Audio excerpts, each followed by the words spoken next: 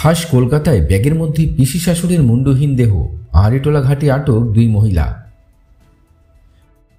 খুন করে পিসি শাশুড়ির দেহাংশ লোপাট করতে গিয়ে ধরা পড়ল মধ্যমগ্রামের বাসিন্দা ফাল্গুনী ঘোষ ও আরতি ঘোষ। জানা গিয়েছে সম্পর্কে তারা মা ও মেয়ে। তবে মা মেয়ের দুঃসাহসিকতা দেখে রীতিমতো শিহরিত হচ্ছে সাধারণ মানুষ। প্রত্যক্ষদর্শীদের দাবি, মঙ্গলবার সকালে নীল রঙের ট্রলি ব্যাগ নিয়ে গঙ্গার আহারিটোলা ঘাটে সন্দেহজনক অবস্থায় ঘোরাঘুরি করছিল 2 মহিলা। স্থানীয়রা ব্যাগের মধ্যে কি আছে জানতে চাইলে উত্তর আসে মৃত কুকুরের দেহ। যদিও সেই উত্তরে সন্তুষ্ট হননি স্থানীয়রা। ঘটনায় পুলিশকে খবর দিলে পুলিশ এসে 2 মহিলাকে আটক করে। এরপর নীল ট্রলি ব্যাগ খুলতেই চোখ কপালে ওঠে পুলিশ আধিকারিকদের। তাতে রয়েছে এক মহিলার দেহের 3টি অংশ।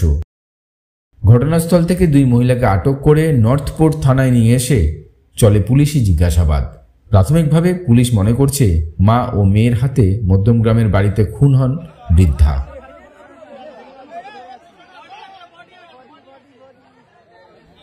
আহারিটোলা ঘাট থেকে নিজস্ব প্রতিনিধি রিপোর্ট, খবর এই সময়।